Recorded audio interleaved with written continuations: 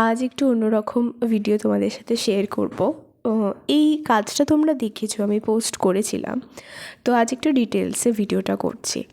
তো আমি এখানে সিলভার কালার করেছি, মেটালিক সিলভার কালার ক্যামেলের। আর তার সাথে যে লিকুইডটা দেখলে ওটা হলো মিডিয়াম।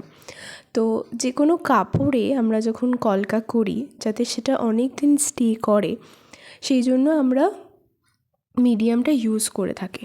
তবে একটা কথা, নতুন রঙের ক্ষেত্রে মানে যখন আমরা নতুন রঙটা কিনি সেটার কনসিস্টেন্সিটা লিকুইডই থাকে।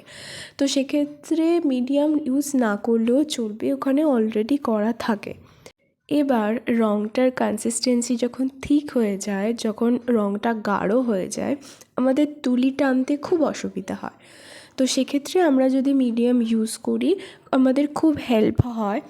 এবার এছাড়াও অনেকের আছে যারা এটা মানে কাপড়ের কাজ করছে মানেই মিডিয়াম ইউজ করছে, মানে সেটাও করা যেতে পারে, সে কোনো অসুবিধা নেই। মানে মিডিয়াম ইউজ না করলে যে রঙ উঠে যাবে এমন কোনো ব্যাপার না। আমরা অ্যাক্রিলিক কালার করি, তো অ্যাক্রিলিক কালার কাপড়ে থাকে। আশা করি এই ইনফরমেশনটা হেল্পফুল হবে।